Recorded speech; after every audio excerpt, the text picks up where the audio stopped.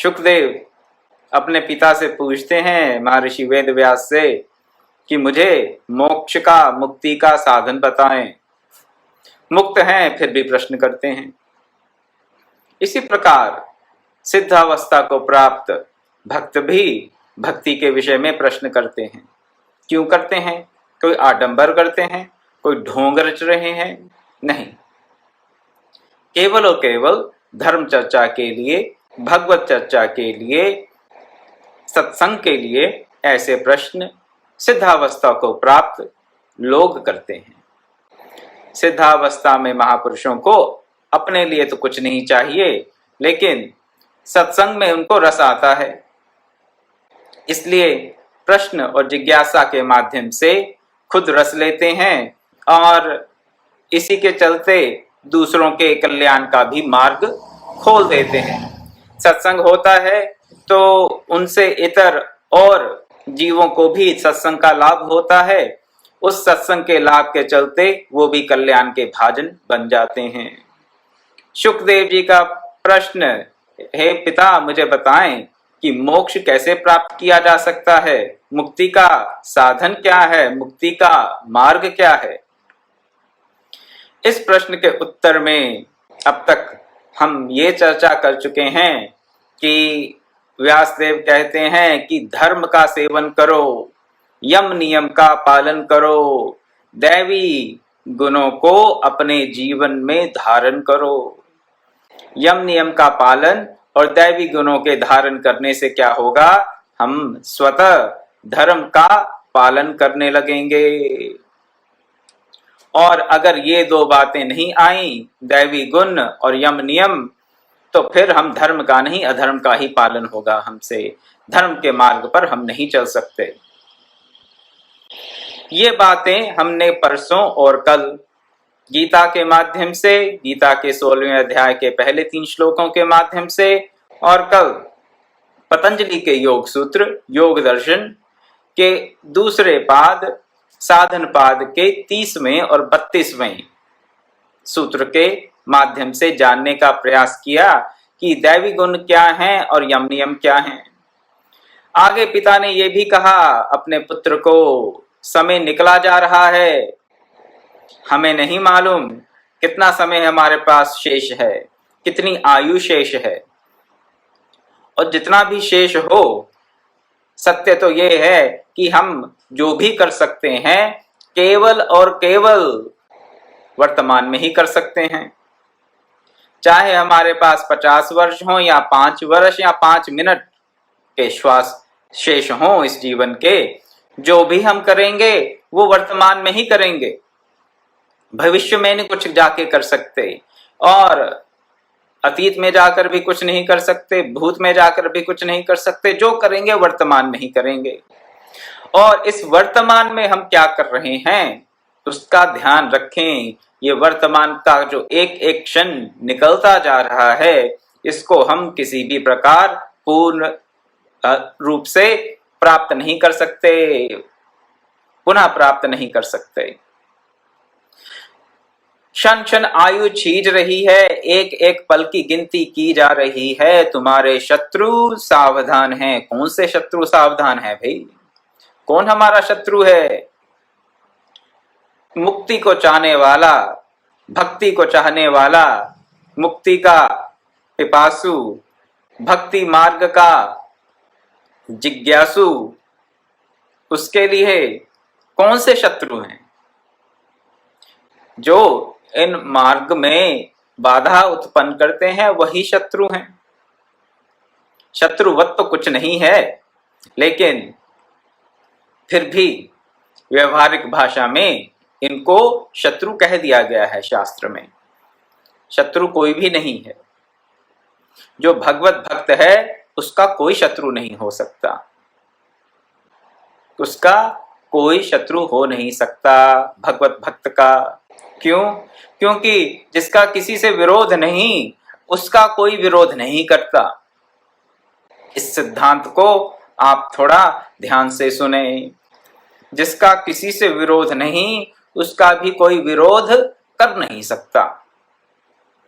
विरोधी तब उत्पन्न होते हैं जब हम किसी विचारधारा का विरोध करते हैं मानसिक रूप से, हो सकता है मुंह से ना कहें, लेकिन मानसिक रूप से भी अगर विरोध करते हो, मन से, वचन से, कर्म से, किसी भी प्रकार से अगर हम विरोध करते हो किसी भी विचारधारा का, किसी भी व्यक्ति का, किसी भी वस्तु विशेष का, किसी भी सिद्धांत विशेष का, तो फिर वो भी विरोध करते हैं हमारा।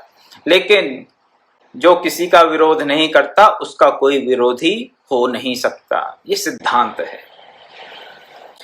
तो इसी प्रकार जिसके मन में किसी के प्रति शत्रुता का भाव नहीं है, वास्तव में उसका कोई शत्रु नहीं है, उसका कोई शत्रु नहीं है। श्री रामचरितमानस में भी युद्ध कांड में, जिसे कि लंका कांड भी कहा जाता है, उसमें विभीषण ने कहा कि हे प्रभु राम, रावण के पास तो इतना सुंदर, सुदृढ़, सब प्रकार से संपन्न, सब अस्त्र शस्त्रों से संपन्न रथ है, और आप तो पैदल ही युद्ध करने निकल पड़े। ये युद्ध कैसे होगा? आप इस युद्ध में शत्रु पर किस प्रकार विजय प्राप्त करेंगे? तो वहां पर भगवान राम ने विभीषण जी को उत्तर दिया कि किस प्रकार के रथ पर आरूढ़ होकर व्यक्ति इस जीवन में विजयी हो सकता है। कौन सा रथ है वो जिस रथ को प्राप्त करके व्यक्ति सब प्रकार के शत्रुओं पर विजय प्राप्त कर लेता है? पूरा बहुत सुंदर वर्णन है धर्म रथ का। वहां पर शौर्य चाहिए, धैर्य चाहिए, सत्य चाहिए, क्या ध्वजा है, क्या पताका है, वैराग्य चाहिए, और फिर दान, फरसा है, पूरा वहां पर वर्णन आता है। पूरे वर्णन में मैं नहीं जाऊंगा अभी, लेकिन अंत में भगवान राम क्या कहते हैं कि जिसके पास ये सब दैवी गुणों की चर्चा है वहां पर, और कुछ नहीं, जिसके पास ये सब दैवी गुण हैं उसके लिए कोई शत्रु ही नहीं है जीतने के लिए। जीतेंगे शत्रु को तभी जब कोई शत्रु होगा, जब कोई शत्रु नहीं है तो क्या जीतेंगे किसे? उसी प्रकार से भक्ति के मार्ग के व्यक्ति के लिए, एक भक्त के लिए, एक मुमुक्षु के लिए किसी प्रकार का कोई शत्रु नहीं है। हाँ, कुछ ऐसे बातें हैं, कुछ ऐसी गुण हैं जिनसे हमें बचना चाहिए, कुछ ऐसे भाव हैं जिनसे हमें बचना चाहिए। क्यों बचना चाहिए उन भावों से? क्योंकि उन भावों से हम अगर अभिभूत हो गए, उन भाव हमारे मन में आ गए, उन भावों में अगर हम रच बस गए, तो भक्ति का और मुक्ति के मार्ग को हम छोड़ देंगे, त्याग कर देंगे उनका। चाहते हुए क्या, ना चाहते हुए क्या, उनका त्याग हमसे हो जाएगा। इसलिए इनको शत्रु बताया गया। शत्रुता का भाव नहीं है। शत्रु कहने का यहां पर केवल इतना ही अर्थ है कि इनसे हमें बचना, शत्रुवत इनसे बचना चाहिए। तो ये शत्रु है क्या? गीता के 16वें अध्याय का 21वां श्लोक, गीता के 16वें अध्याय के अंत में, त्रिविधम नरकस्येदं द्वारम नाशनात्मन काम क्रोधस्तथा लोभः तस्मादेतत्त्रयं त्यजेत। नरक के 3 द्वार हैं जिनसे कि आत्मा का नाश होता है। आत्मा का नाश करने वाले नरक के 3 द्वार हैं, काम, क्रोध और लोभ। इन तीनों का त्याग कर देना चाहिए, त्याग कर देना चाहिए। ये काम, क्रोध, लोभ ही शत्रु हैं जो सदैव सावधान रहते हैं। इन काम, क्रोध, लोभ को ही यहां पर व्यासदेव अपने पुत्र को शत्रु कहकर संबोधित कर रहे हैं। क्या कह रहे हैं अपने पुत्र को? तुम्हारे शत्रु सदा सावधान रहते हैं। काम, क्रोध और लोभ सदैव ही आप पर चढ़ाई करने के लिए तैयार हैं। आप थोड़े से प्रमादी हुए नहीं, आप थोड़े से असावधान हुए नहीं कि ये चढ़ाई कर जाते हैं। बड़ी जल्दी से चढ़ाई कर जाते हैं। क्षण भर में ये मुनियों को भी कुपित कर देते हैं।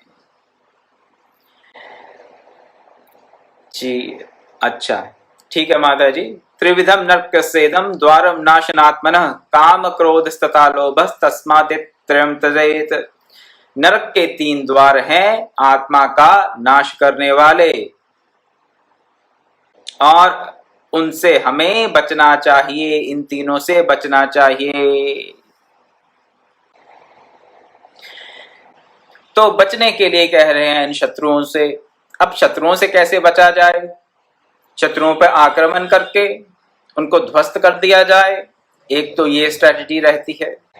शत्रुओं पर आक्रमण करके उनको ध्वस्त कर दिया जाए, एक ये स्ट्रैटेजी रहती है। एक ऐसा हमारा रणनीति रह सकती है, युद्ध नीति रह सकती है। और दूसरी क्या नीति होती है कि आप शत्रुओं से इतने दूर चले जाएं कि शत्रु आप पर आक्रमण कर ही ना पाए। ये जो दूसरी रणनीति है, ये जो दूसरी युद्ध नीति है, ये हमारे परम प्रतापी और परम प्रिय भगवत अवतार भगवान श्री कृष्ण के जीवन में भी हमें देखने को मिलती है। इसीलिए उनको रणछोड़दास कहा गया, रणछोड़दास। क्यों? क्योंकि उन्होंने युद्ध के मैदान का परित्याग करके पूरे के पूरे मथुरा वासियों को किसी सुदूर स्थान पर लेकर किसकी स्थापना की? द्वारकापुरी की। जो भगवान श्री कृष्ण ने किया वही हमें भी करना है। क्यों? क्योंकि जरासंध जैसे भांति भांति के शत्रु काम क्रोध लोभ रूपी, इनका अंत नहीं हो सकता। क्यों अंत नहीं हो सकता? अंत इसलिए नहीं हो सकता क्योंकि ये त्रिगुणमयी ये जो प्रकृति है ये अनंत है। न अंतो न चादि न च संप्रतिष्ठा, इसका ना अंत है, ना आदि है, और ना ही इसकी प्रतिष्ठा है। न अंत, हाँ, आदि नहीं है, अंत नहीं है। इससे अगर हम लड़ने लगेंगे तो लड़ते रहेंगे सदैव के लिए। तो ये ऐसे शत्रु हैं जिनको हम दबा सकते हैं, एक बार पराजित कर सकते हैं, लेकिन ये फिर चढ़ाई करेंगे, फिर पराजित कर सकते हैं, फिर चढ़ाई करेंगे। अगर इनसे ही भिड़ते रहे तो हम परम शांति को प्राप्त नहीं कर सकते। इसलिए भगवान श्री कृष्ण की युद्ध नीति को, रणनीति को, भगवान श्री कृष्ण की स्ट्रैटेजी को अपनाना होगा। वो क्या स्ट्रैटेजी है? चले जाओ, पूरी नगरी को लेकर मथुरा से चले जाओ और द्वारिका नगरी नहीं बसा लो जहां पर इन शत्रुओं की पहुंच ना हो। कैसे करें भाई? ये काम क्रोध लोभ रूपी हमारे शत्रु, इनसे बचने के लिए हमारी द्वारिका कहाँ है? हमारी द्वारिका जहां पर ये शत्रु हम पर अटैक नहीं कर सकेंगे, आक्रमण नहीं कर सकेंगे, भगवत चरणों की अनुरक्ति में है, और कहीं नहीं, ज्ञान में भी नहीं। ज्ञान से अज्ञान का नाश हो सकता है, लेकिन ज्ञान से माया का नाश नहीं हो सकता। इस पर एक बार पहले मैं चर्चा कर चुका हूं, इसलिए संक्षेप में इतना ही कहूंगा। ज्ञान से अज्ञान का नाश हो सकता है, परंतु ज्ञान से माया का नाश नहीं होता। माया का नाश होता है भगवत कृपा से। भगवत कृपा उसको प्राप्त होती है जो भगवत शरणागत है। तो भगवत चरणों का आश्रय लेंगे तो हम द्वारिका में निवास करेंगे, और उस द्वारिका पर, उस द्वारिकापुरी पर भगवान के द्वार पर पहुंच जाएं, ऐसा समझ लें, और वहां पर भगवान से याचना करें कि इन शत्रुओं से हमारी रक्षा करो। तो भगवत कृपा होगी तो माया से उत्पन्न, त्रिगुणात्मिका माया से ही ये काम क्रोध लोभ उत्पन्न होते हैं और कहीं से नहीं। तो माया से उत्पन्न ये 3 शत्रु हमारा फिर कुछ नहीं बिगाड़ सकेंगे। व्यासदेव अपने पुत्र श्री शुकदेव जी को यही उपदेश दे रहे हैं। क्या कहते हैं? कहते हैं ये शत्रु काम क्रोध लोभ तुम्हें नष्ट कर डालने का मौका ढूंढ रहे हैं। अभी अभी इस संसार की ओर से अपना मुंह मोड़ लो। संसार से मुंह मोड़कर किस तरफ मुंह करो? संसार से मुंह मोड़ लिया, हमें तो चौतरफा संसार दिखाई देता है। मुंह मोड़ेंगे, जिस तरफ मुंह मोड़ेंगे वहां भी संसार ही दिखाई देगा हमें, तो जाएं कहां? आंखें बंद कर लें? नहीं, संसार से मुंह मोड़कर अपना मुख जो है वो भगवान की तरफ कर लें, भगवान की तरफ कर लें, अपने इष्ट देव की तरफ अपना मुख कर लें। माया को छोड़कर मायातीत की शरण में जाएंगे तो संसार से अपने आप आपका मुख मुड़ जाएगा। मायातीत की शरण को ग्रहण करें। अपने जीवन की गति उस ओर कर दो जहां इनकी पहुंच नहीं है। भगवत कृपा जहां पर है वहां पर काम क्रोध लोभ रूपी शत्रु आ नहीं सकते। भगवत कृपा। और भगवत कृपा किसको प्राप्त होती है? भगवत कृपा तो उसी को प्राप्त होती है जो उसका सतत ध्यान करता है। तेषां सतत युक्तानां भजतां प्रीतिपूर्वकं ददामि बुद्धि योगम तम येन माम उपयान्ति ते। जो मेरा सतत भजन करते हैं, गीता के 10वें अध्याय का 10वां श्लोक है ये, जो सतत मेरा ध्यान करते हैं, कैसे भजते हैं? प्रीतिपूर्वकम, सतत मेरा ध्यान कर, उनको मैं क्या करता हूं? उनको मैं बुद्धि योग देता हूं। कैसा बुद्धि योग? जिससे कि वो मुझे प्राप्त कर लेते हैं।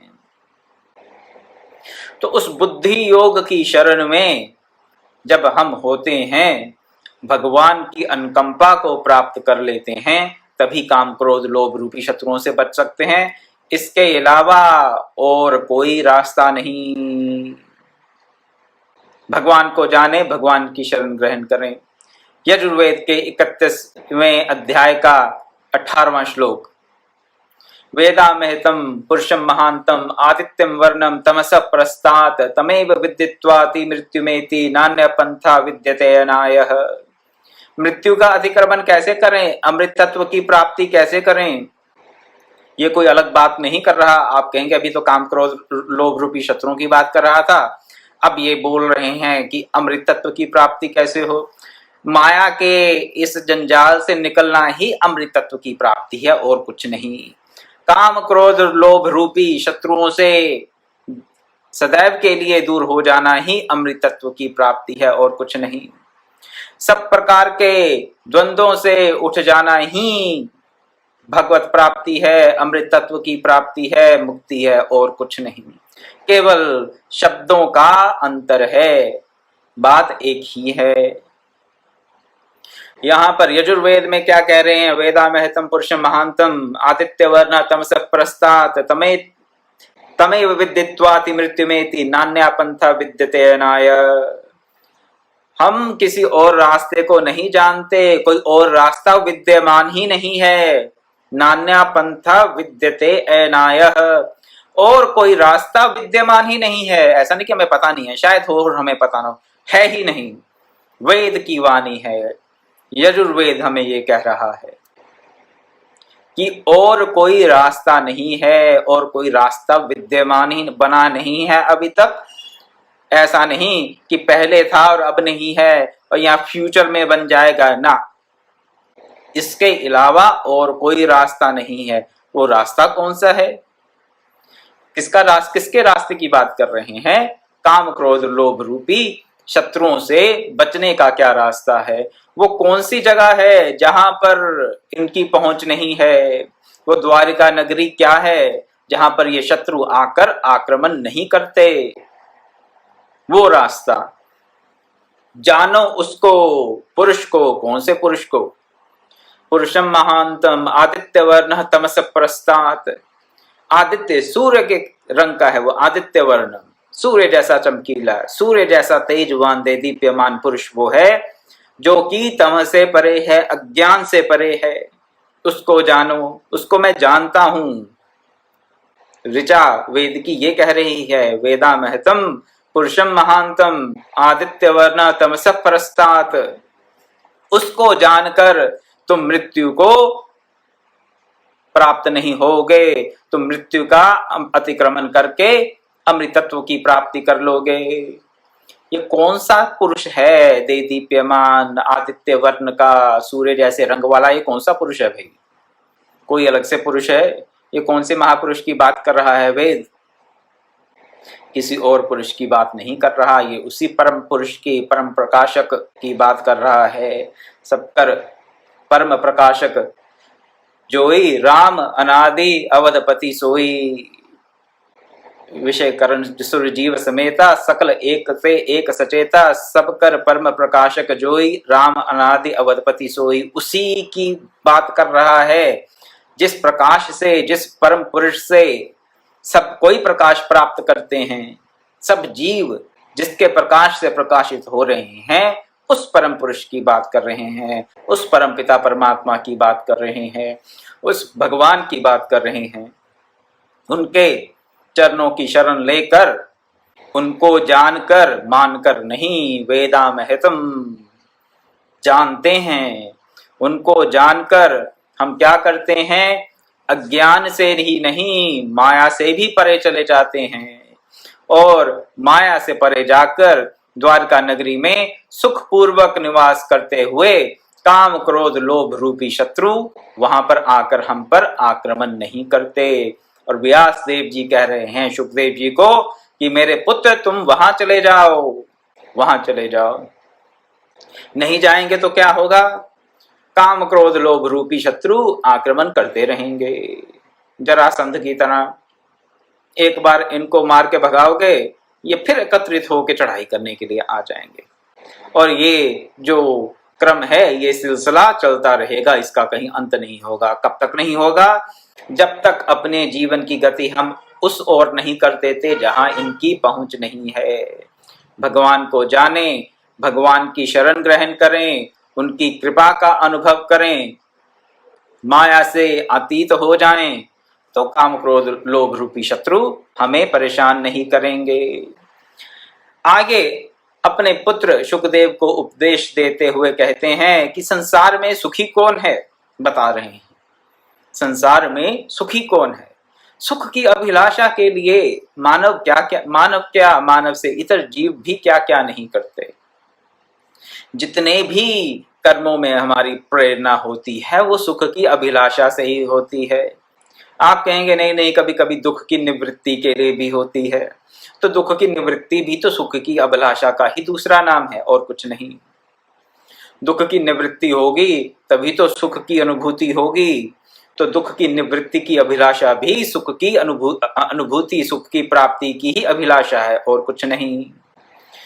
तो उसके लिए हम जीवन पर्यंत किसी ना किसी कार्य में, कर्म में, चेष्टाओं में अपने आप को लगाए रहते हैं, अपनी इंद्रियों को, अपनी मन को, अपनी बुद्धि को, कि किसी प्रकार हमें सुख की प्राप्ति हो।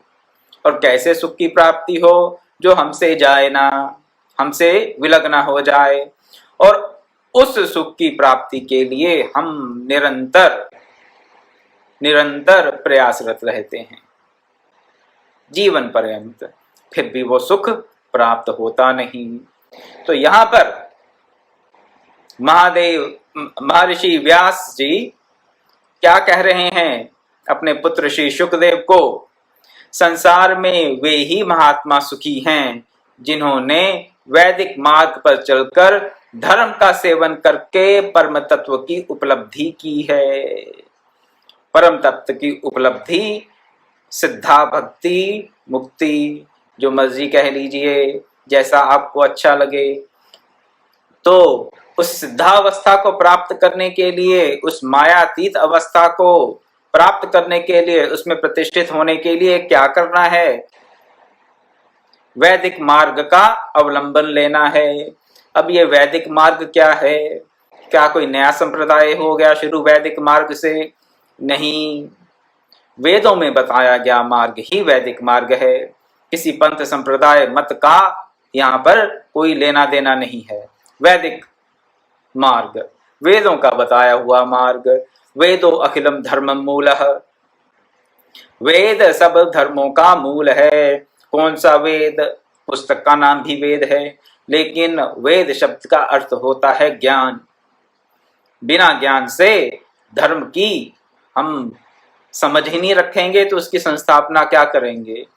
समझ ही नहीं आएगा बिना ज्ञान के कि धर्म क्या है अधर्म क्या है, विवेक बुद्धि नहीं होगी तो उस धर्म की समझ ही नहीं होगी तो उस धर्म की प्रतिष्ठा अपने जीवन में कैसे कर सकते हैं। अंधविश्वास से धर्म की प्रतिष्ठा नहीं हो सकती। अंधविश्वास से तो किसी ना किसी प्रकार के अधर्म में ही हम संलग्न होंगे, धर्म में नहीं। व्यासदेव जी कह रहे हैं यहाँ पर, वैदिक मार्ग में चलकर धर्म का सेवन करें, वे वेद को समझें, ज्ञान को समझें, ज्ञान के प्रकाश में, वेद के ज्ञान के प्रकाश में क्या करें, धर्म को समझें, धर्म को समझकर धर्म का सेवन करें। धर्म मार्ग पर चलेंगे तो परम तत्व की प्राप्ति होगी ही, और जिसने परम तत्व की प्राप्ति कर ली वही महात्मा सुखी है संसार में, और कोई सुखी नहीं है। जिसे परम तत्व प्राप्त है, जिसको भगवत शरणागति वास्तव में प्राप्त है, वो कभी दुखी नहीं होता। जो इस माया से अतीत चला गया है वो कभी दुखी नहीं होता। इसमें कोई किंतु परंतु इफ बट नहीं है। माया से परे जाएं, मायातीत की शरण में जाएं, भगवत प्राप्ति करें, भक्ति की सिद्धावस्था को प्राप्त करें, उस परम तत्व को प्राप्त करें, धर्ममय जीवन जीकर उस परम तत्व को प्राप्त करें। धर्ममय जीवन जीने के लिए उस वैदिक विज्ञान का आश्रय लें, और उस वैदिक विज्ञान का आश्रय लेकर धर्ममय जीवन जीते हुए परम तत्व की प्राप्ति करेंगे तो ही इस संसार में किसी प्रकार के अक्षय सुख की संभावना है, अन्यथा नहीं, अन्यथा नहीं। यहां पर फिर उन महात्माओं की सेवा करने का निर्देश दे रहे हैं व्यासदेव, और कहते हैं कि उनसे आप जाकर सेवा पूर्वक पूछें उस वैदिक विज्ञान के बारे में, उस धर्म तत्व के बारे में, उस परम तत्व के बारे में पूछेंगे, उनका जीवन देखेंगे तो उनको पूछने पर, उनका जीवन देखने पर वो गुण अपने जीवन में धारण करने की चेष्टा करेंगे, प्रेरणा होगी। किसी सुख में जीवन को देखकर, किसी व्यक्ति के सुख में जीवन को देखकर हमारे मन में अभिलाषा हो जाती है कि हाँ इस व्यक्ति का जो लाइफस्टाइल है बड़ा पीसफुल है। जब किसी का पीसफुल लाइफस्टाइल देखते हैं तो मन में जिज्ञासा होती कि ये व्यक्ति करता क्या करता है, ये कैसे इतने सुख में जीवन को अपनाए हुए है। हम तो बहुत प्रयास करते हैं लेकिन हमसे होता नहीं, तो चलो चल के देखते हैं कि ये व्यक्ति करता क्या है, कैसे सुखमय जीवन जी रहा है। तो इस जिज्ञासा के साथ अगर जाएंगे किसी महापुरुष के पास, महत पुरुष के पास, किसी ऋषि तत्वज्ञ के पास, किसी ऐसे पुरुष के पास, किसी ऐसे व्यक्ति के पास जिसने उस परम तत्व की प्राप्ति कर ली है, तो उनके सानिध्य में अवश्यमेव उनकी सेवा करते हुए उस परम तत्व को प्राप्त करने का जो मार्ग है वो आपको पता चल ही जाएगा इन महत पुरुषों की कृपा से। तो उनसे प्रश्न करें और फिर उस उपाय को जानकर उस पर आरूढ़ हो जाएं। बहुत आवश्यक है कि हम प्रयास खुद करें। ये बात नहीं होती कि पूछ लिया, आशीर्वाद प्राप्त कर लिया गुरु जी से, किसी महान संत से, तो हमारा कल्याण हो गया। कुछ लोगों की ऐसी धारणा बन गई है कि हाँ महाराज जी, संत जी, गुरु जी, स्वामी जी आशीर्वाद दीजिए, ऐसा हो जाए, आप आशीर्वाद देंगे तो हमारा कल्याण हो जाएगा। परम पूज्य गुरुदेव परम ऋषि विश्वात्मा बाबरा जी कहते थे कि किसी और की कृपा, किसी भी और की कृपा, भगवान की भी कृपा, महत पुरुष हो, सिद्ध महापुरुष हो, श्रोत्रिय ब्रह्मनिष्ठ गुरु हो, कोई भी हो, भगवान स्वयं क्यों ना हो, किसी की भी कृपा तुम पर उतनी उपयोगी नहीं हो सकती जितनी कि तुम्हारी अपनी कृपा तुम्हारे अपने ऊपर उपयोगी होती है। कृपा ढूंढते फिरते हैं हम, भगवान कृपा करो, महाराज जी कृपा करो, स्वामी जी कृपा करो, माता जी कृपा करो, आशीर्वाद दो, औरों से कृपा चाहते हैं, लेकिन खुद अपने आप पर कृपा करते नहीं। और जब तक खुद अपने आप पर कृपा नहीं करेंगे तब तक कल्याण का मार्ग नहीं खुल सकता। दूसरों की कृपा तभी फलीभूत होगी जब हम खुद अपने आप पर कृपा करेंगे। तो इसीलिए कह रहे हैं यहाँ पर महर्षि व्यासदेव अपने पुत्र श्री शुकदेव को कि उस उपाय को जानकर उन तत्वज्ञों से पूछो कि क्या उपाय है वो धर्ममय जीवन जीने का, आनंदमय सुखमय जीवन जीने का, उस परम तत्व की प्राप्ति का। उस उपाय को जानकर उस पर आरूढ़ हो जाओ। आरूढ़ हो जाओ कहते हैं। आरूढ़ होने का मतलब उस मार्ग पर चलना शुरू कर दो, और कुछ नहीं। आरूढ़ होने के संदर्भ में एक श्लोक है, गीता के 6ठे अध्याय का 30वां श्लोक, आरुरुक्षो मुनिर्योगम कर्म कारणमुच्यते योगारूढ़स्य तस्यैव शमः कारणमुच्यते। जो अभी योगारूढ़ नहीं हुए हैं, जो अभी सिद्धावस्था को प्राप्त नहीं हुए हैं, जो अभी जिनको अभी योग में आरूढ़ होने की इच्छा है, उनके लिए कर्म करना ही साधन है। कैसा कर्म साधन है? किसी महत् पुरुष के पास जाके प्रश्न करना कर्म है, उनकी सेवा करना एक प्रकार का कर्म है, उनके बताए हुए मार्ग पर चलना, उनके बताए हुए उपाय को अपना लेना भी कर्म है। जब तक इन कर्मों को नहीं करेंगे तब तक योगारूढ़ नहीं होंगे। तो जो अभी योगारूढ़ नहीं हुआ, जो अभी सिद्धावस्था को प्राप्त नहीं हुआ, उसके लिए ये सब कर्म योगारूढ़ होने के मार्ग बताए गए हैं। और जो योगारूढ़ हो चुका है, जो सिद्धावस्था को प्राप्त हो चुका है, उसके लिए क्या कहा भगवान ने कि उस पुरुष के लिए शम को साधन बताया। उस पुरुष के लिए शम ही साधन है। अब शम क्या है? मन का कंट्रोल, अपना मनोनिग्रह ही शम है। मन को अपने वश में करना शम है। तो पहले क्या करना है? पहले ऐसे कर्मों में संलग्न होना पड़ेगा हमें जिससे कि हम योगारूढ़ हो जाएं, जिससे कि हम सिद्धावस्था को प्राप्त हों। सत्संग, किसी प्रकार का जप, किसी भी प्रकार का तप, किसी भी प्रकार का व्रत, किसी भी प्रकार का स्वाध्याय, और भी साधन के जितने मार्ग हैं, ये सब कर्म ही हैं। जो साधन भक्ति है वो बिना कर्म के नहीं हो सकती। साधन कर्म का ही नाम है, लेकिन ये कोई काम्य कर्म नहीं है।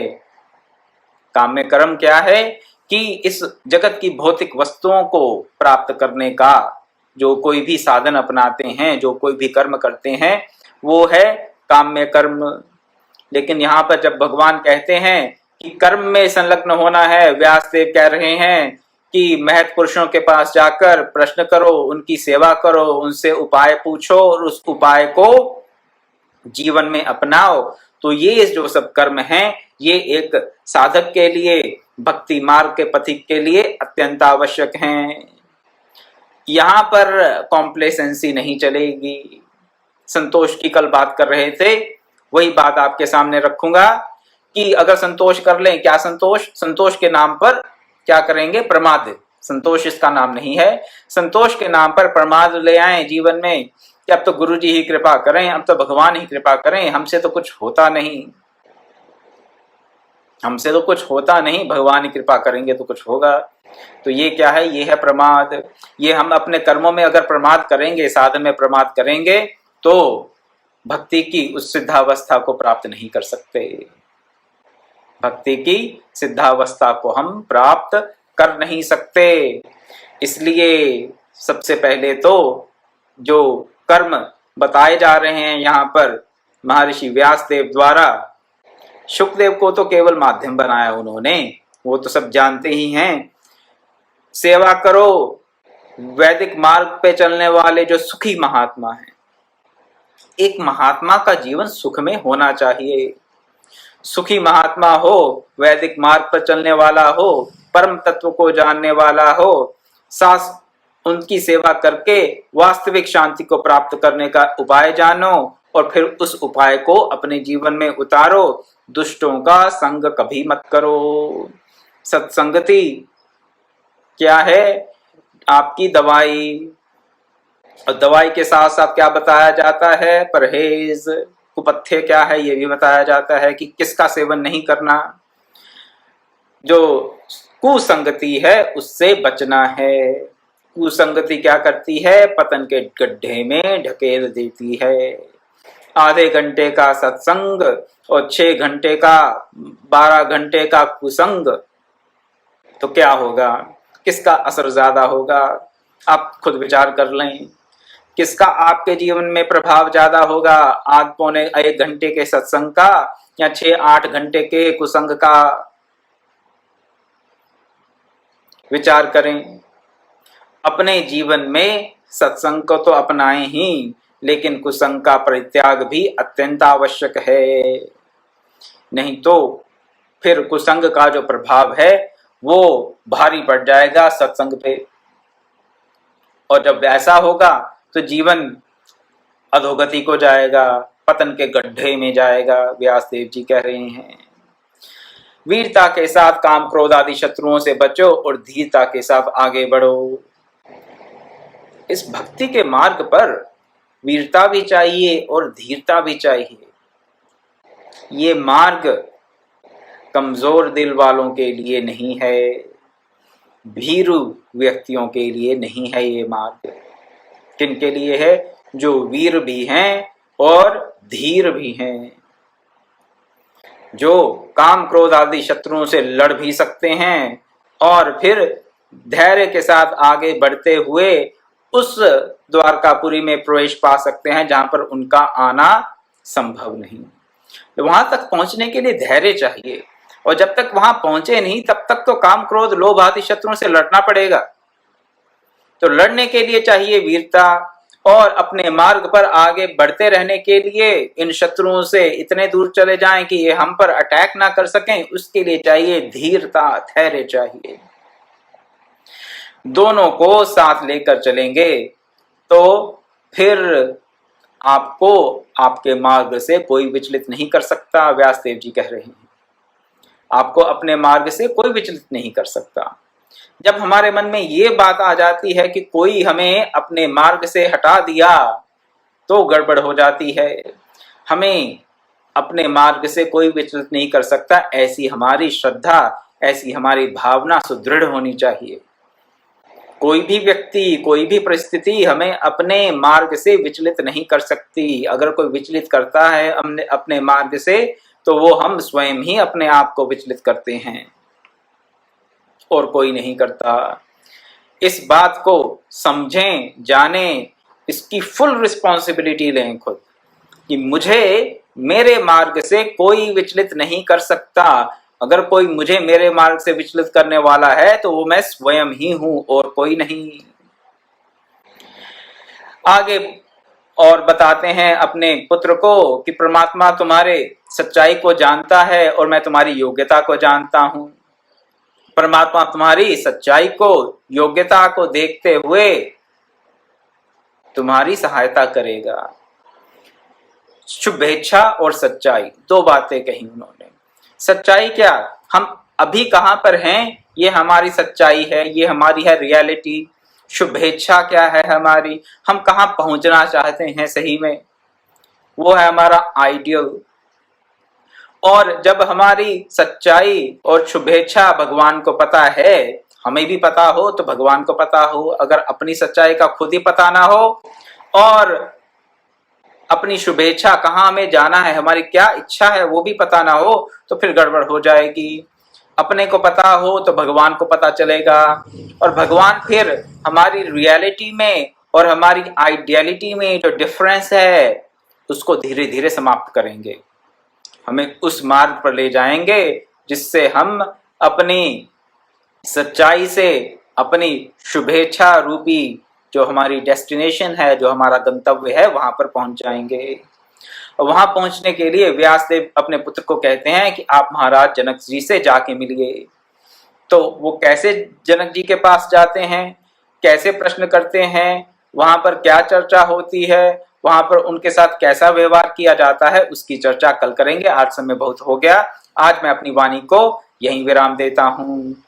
ओम पूर्णमदः पूर्णमिदं पूर्णात् पूर्णमुदच्यते पूर्णस्य पूर्णमादाय पूर्णमेवावशिष्यते। ओम शांति शांति शांति। हरि ओम तत्सत्।